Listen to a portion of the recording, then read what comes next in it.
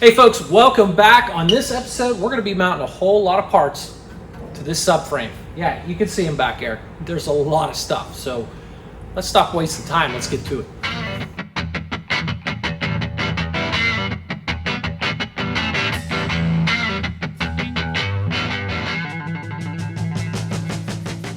All right, let's talk parts real quick. What is new? Okay, tie rod ends, sway bar bushings, sway bar end links. There's one over there, one over there. Shocks and springs, they're brand new. Georgia, our parts car over here, she sacrificed her brand new brake hoses and wheel bearings and dust shields. The backing plates, they were like brand new. Gonna use those. We went ahead and refurbished, calipers and the control arms, sway bar, center link, stuff like that.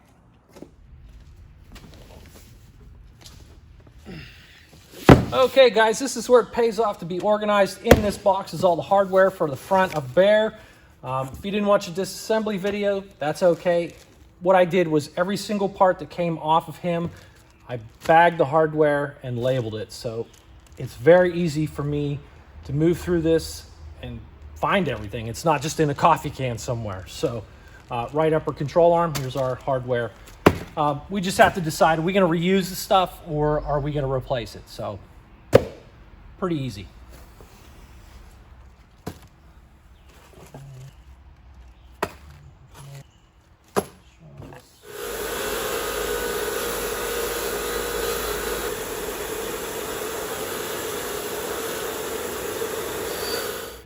All right, I went ahead and cleaned up these lower control arm bolts. They look great. We're going to go ahead and put a little bit of anti-seize on these guys. Help us out in the long run.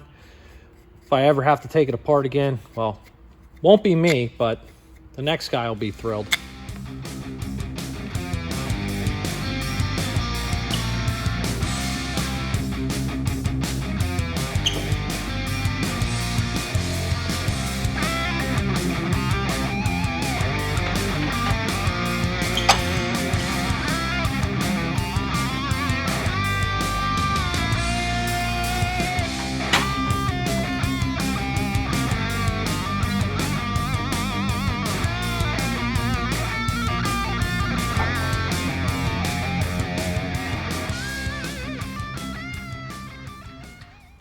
All right, both control arms are bolted to the frame. The nuts and bolts are just snug. We're not doing a final torque on this stuff, not until the whole car is assembled and all the weight is on the front end of this car. If you torque them down now, what's going to happen is those bushings are going to just tear. They're just going to rip themselves apart when you're driving over bumps and stuff and they're torqued in the wrong position. So just hold off on that.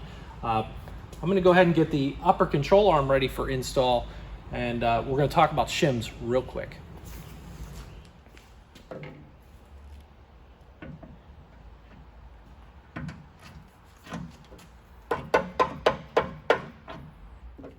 All right, before I put the nuts on here and tighten these control arms on, shims go here. That's your camber caster shims. Now, when I took this apart, we took them out, we labeled them, put them in the bag.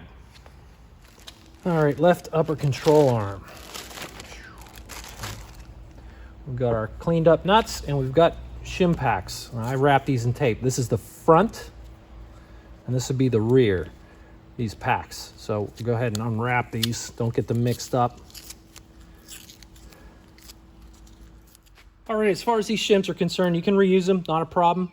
If you don't want to and you want to put new stuff in there, Harbor Freight, man, they got a body shim assortment kit. This is not only for body panels, it is for adjusting camber, caster, and toe. So inside the box, got a whole bunch of different sizes. Obviously, I need a lot of 1/8 at some point, probably on Frank.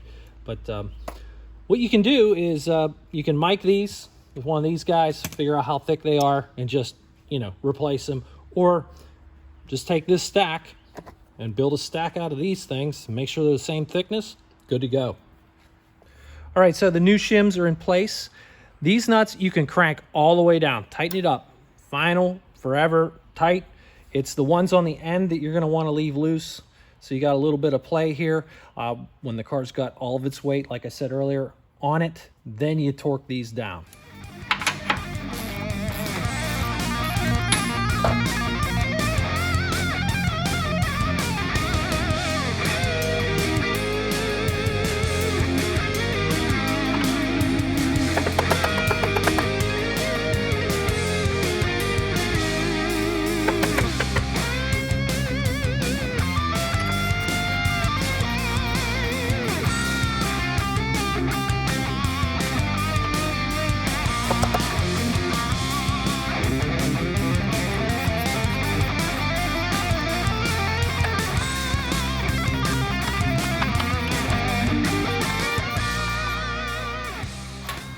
Okay, the fun part, doing the springs. Oh boy.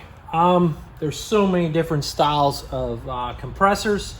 The one I have, actually borrowed it from one of my coworkers. It's a terrific tool, but with new springs, you might see a paint mark. That's the top of the spring. So what we're gonna do is we're gonna lay this in here. You can kind of see where the end of the spring sits in the control arm. We're gonna set up our compressor. We're gonna compress this. Then we're gonna tilt this thing up inside here. Might have to get a pry bar out to kind of help this spring get in there. And then we're gonna put the knuckle in, put our nuts and our cotter pins through, and then we'll release tension on the spring and nobody gets hurt, hopefully.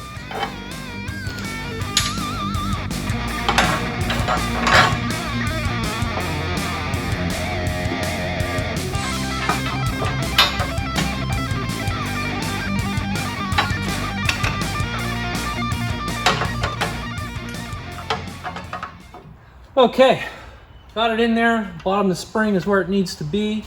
I'm gonna go ahead and torque this down.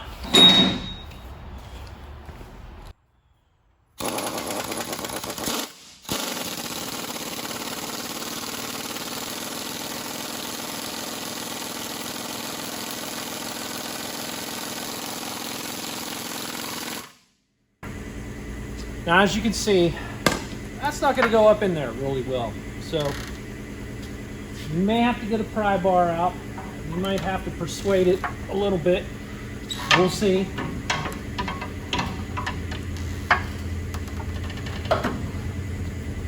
Watch my glasses here.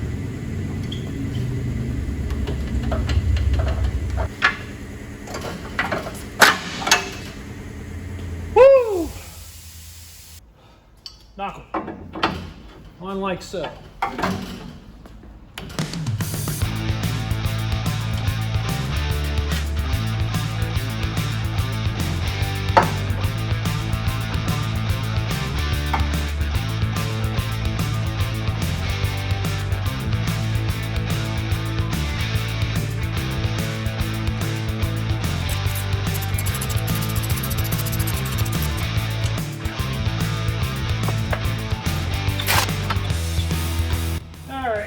Pretty tight. We're going to go ahead and remove the spring compressor, and then after that's out of the way, we'll go ahead and torque these two guys to their final resting place.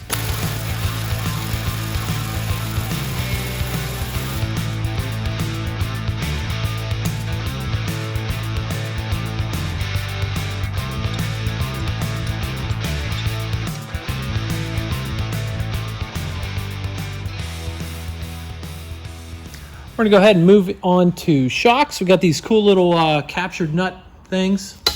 As I drop it across the floor, they just slide right in here. Clips right in place. Find the other one. This one goes here. Got our new shock.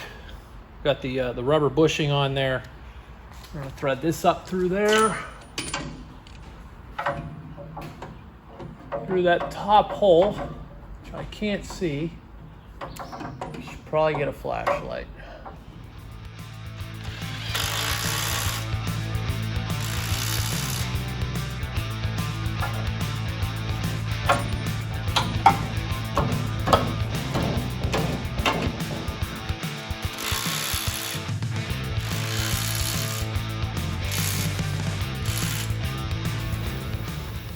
We're gonna go ahead and take these rubber pieces, put them on there. We've got a big washer. nut. Isn't that pretty? Okay. Same thing on this side. I'm gonna use my little impact gun to send these home. I can kind of tell when they bottom out. If you're doing this by hand, you just have to watch what you're doing.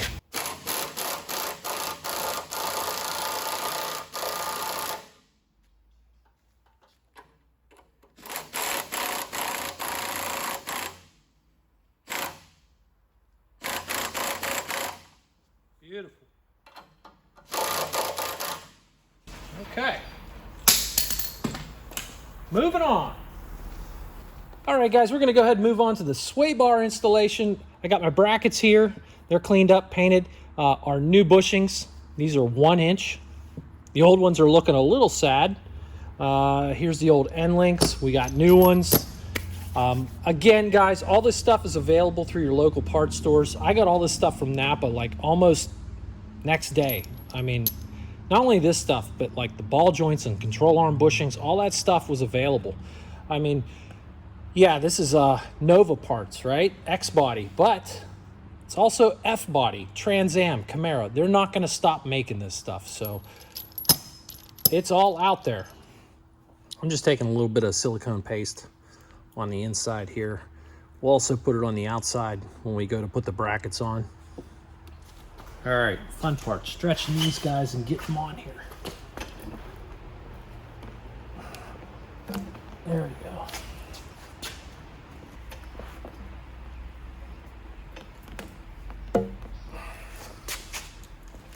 Okay. All right, let's see if I can do this. Oh, it's gonna be difficult. Oh, there you go. Kinda. I put a lot of silicone on the inside of this so it'll slide over.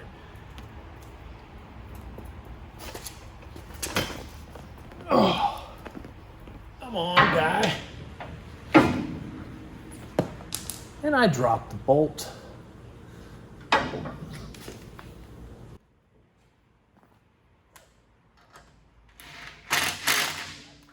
See if I can do the same over here. There we go.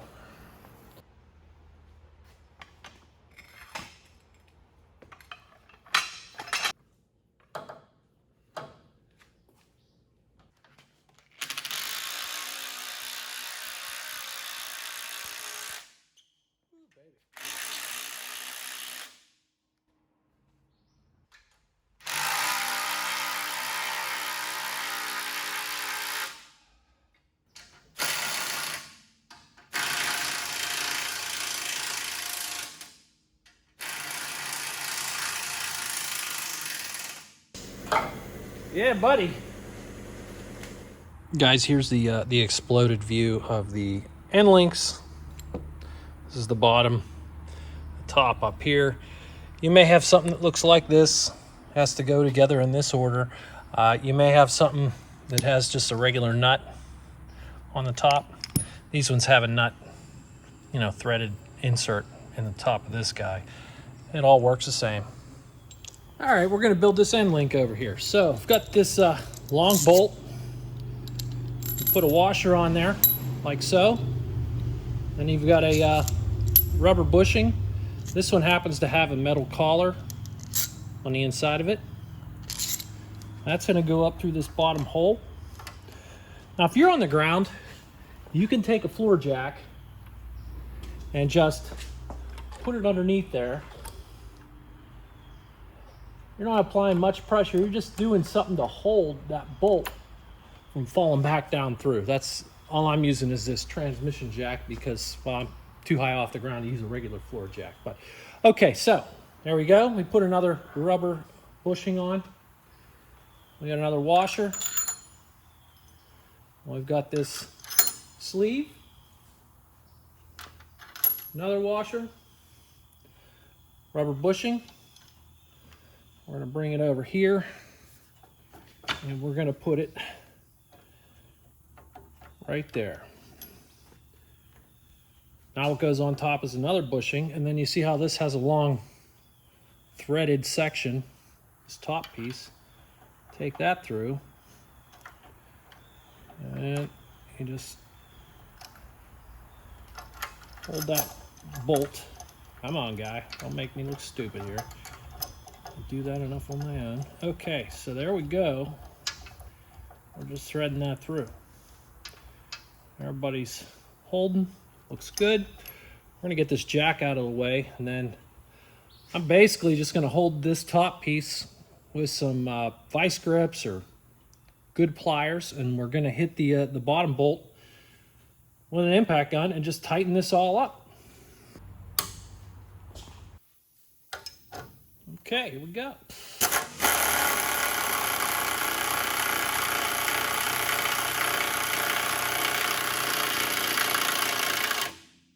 That's all there is to it. Let's go do the other side.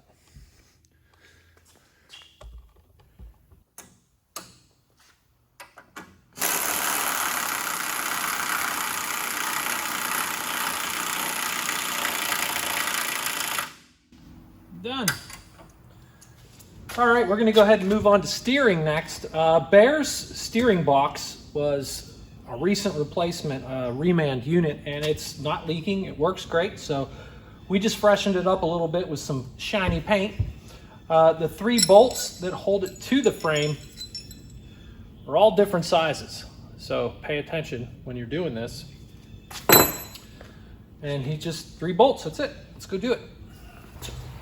All right, the 3 bolts are different sizes, so now we got to figure out where's, okay, I got the longest bolt, so what's the thickest part of the frame? There you go. Where's Mama Bear go? There. And Baby Bear goes there. That looks good. All right. I already ran a tap through this guy, so it should just bolt right up.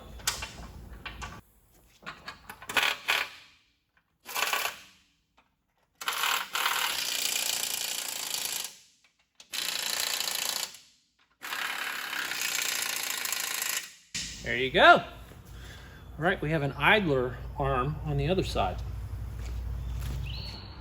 Well, that's a bummer.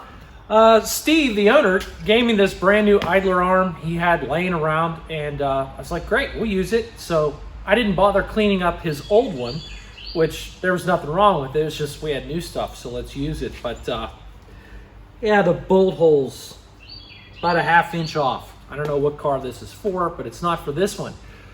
So I've got to take a quick break from assembly and clean up his idler arm and get it painted, and we're at a stopping point for right now. So while we're at a stopping point, let's talk about lights.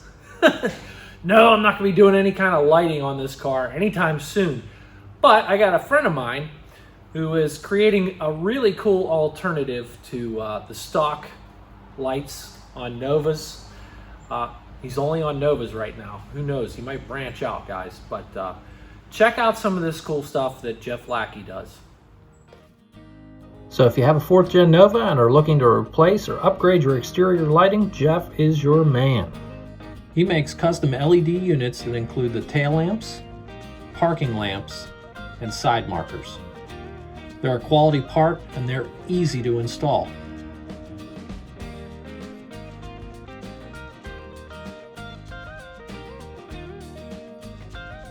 They're a terrific alternative to stock units. It can be hard to find, not to mention expensive.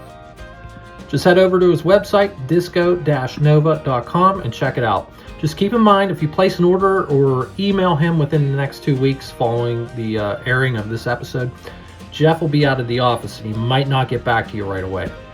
But anyways, keep up the good work, Jeff. We'll see you down the road. Pretty cool stuff, right? Well, we are back at it.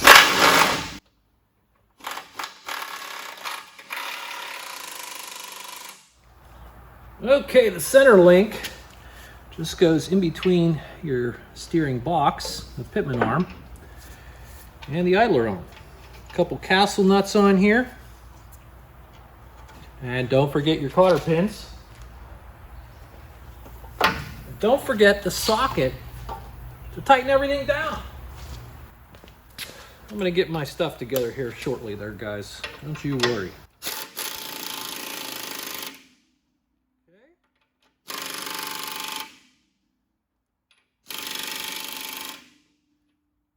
Good.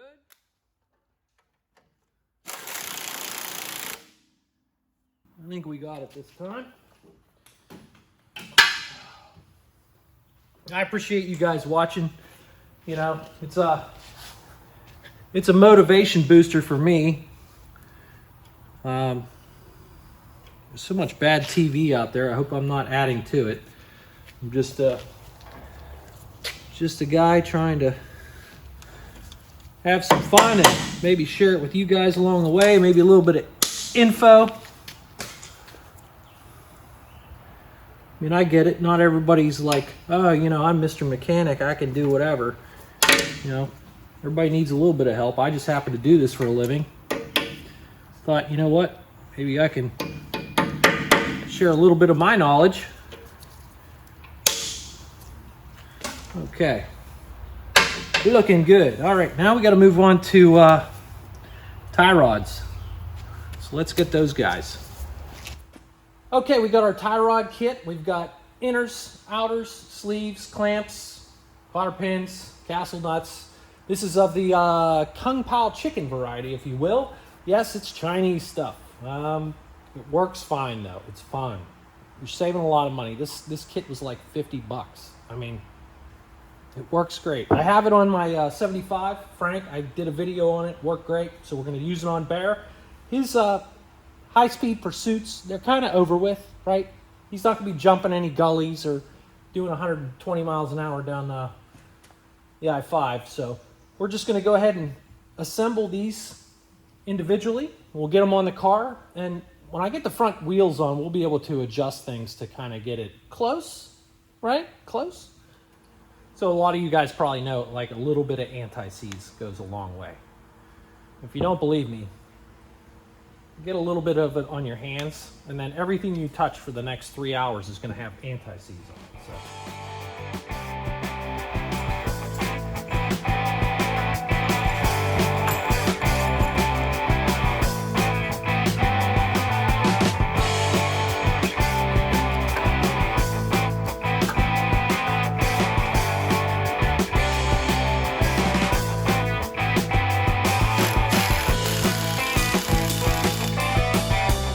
Okay, the pile of parts is getting smaller. We're on to backing plates. Backing plates, rotors, pads, calipers, tires. Nice.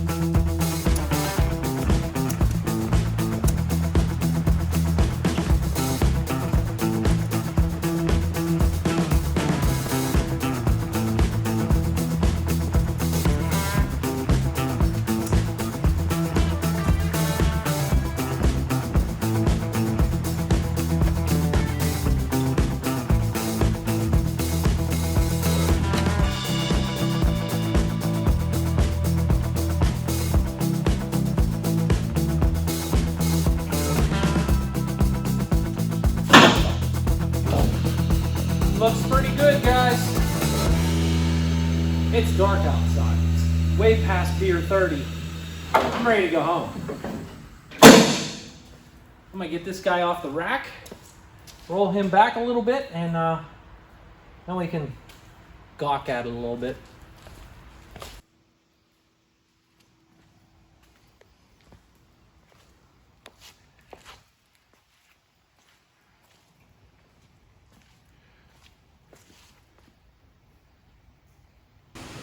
All right, this part's done. I'm thrilled. Looks great. It's gonna ride great. Next episode, what are we gonna do? Couple things we could do. We'll see. I got a firewall to deal with, so we can bolt this back to bare.